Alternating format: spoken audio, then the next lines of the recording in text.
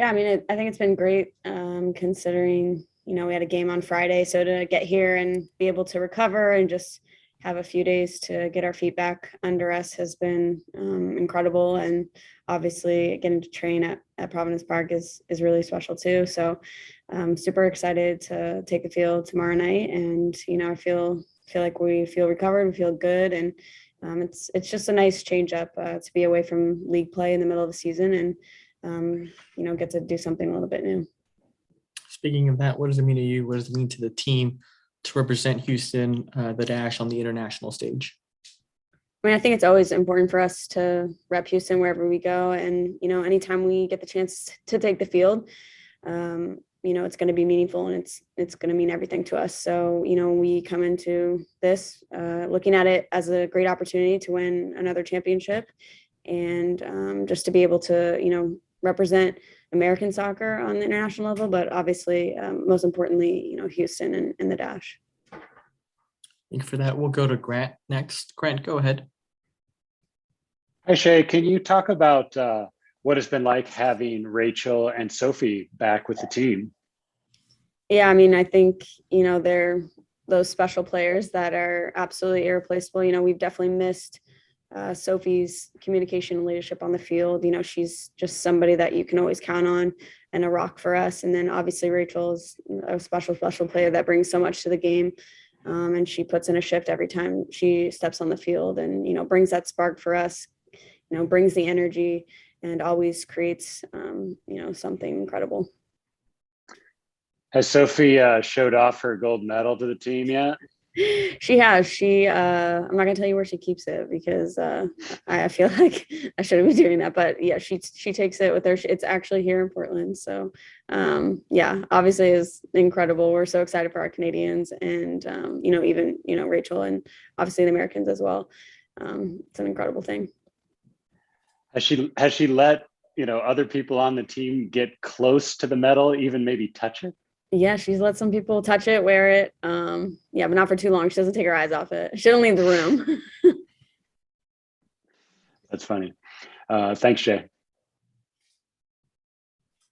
Thank you for that. Up next, we'll go with Jonathan Tannenwald. Jonathan, go ahead. Thanks, Edgar. Hi, Shea. This is Jonathan Tannenwald from the Philadelphia Inquirer.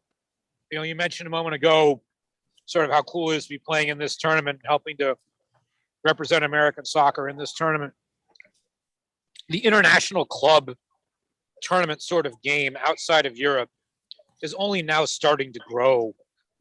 And the ICC and the NWSL's involvement are still fairly new. What does it mean to you to be playing a role in the growth of this tournament, perhaps the future growth of this tournament, to get NWSL teams playing in an international club environment so that it's not just the European clubs who are doing that anymore? Yeah, I mean, I think it's monumental and it's so important. Some of the older players in this league, that's, why a big reason why we're doing it is obviously to lay the foundation and to continue to help the sport grow, both on a national and international level. And I think this is the way to do it, creating that exposure, having these big tournaments with big teams, getting it broadcast on ESPN. It's just absolutely, huge for the sport and exactly what we need to be doing.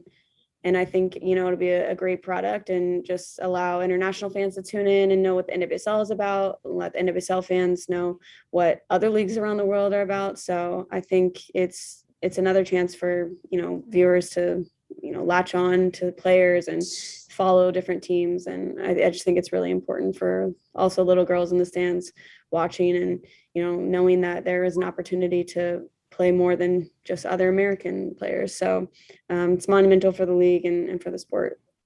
Does it maybe mean a little bit extra coming right now after the Olympics, heading into what is always the period when, at least in the U.S., there's not a major national team tournament for a couple of years. So this is the time in that quadrennial cycle when the club game really takes center stage. Yeah, I think it's, again, a great timing, a great opportunity. Obviously, people watched the Olympics. We always see that increase in viewership, more fans in the seats.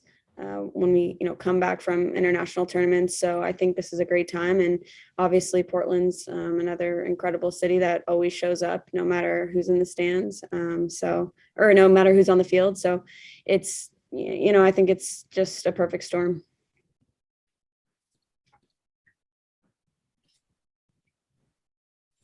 Thank you for that. Up next, we'll go with Theo. Theo, go ahead. Hi, Shea. I'm just curious to know what I was talking to James a bit about it, like how it feels differently compared to Utah, the kind of the last time there was this extended stay for you traveling kind of for a tournament.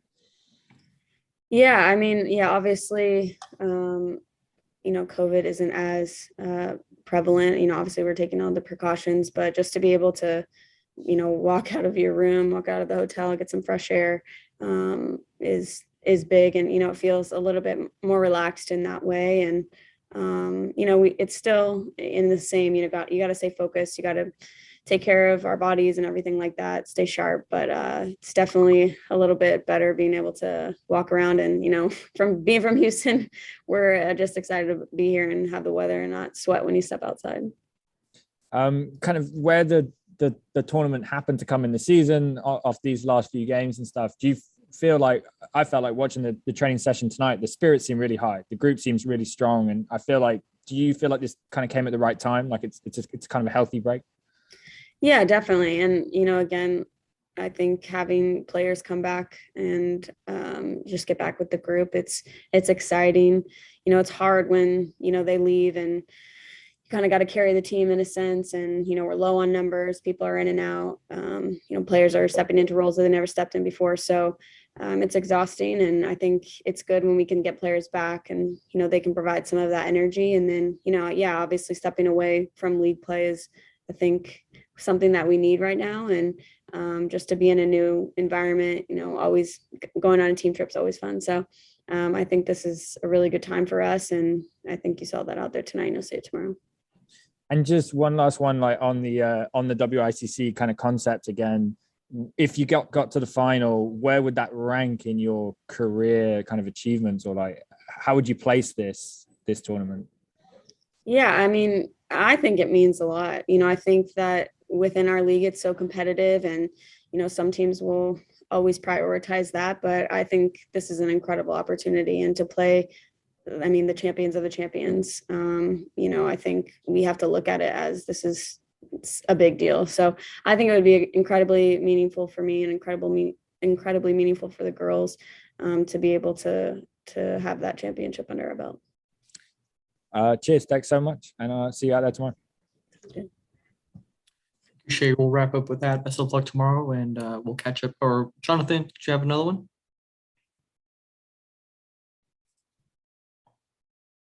Nope. No, sorry, I left it up by accident.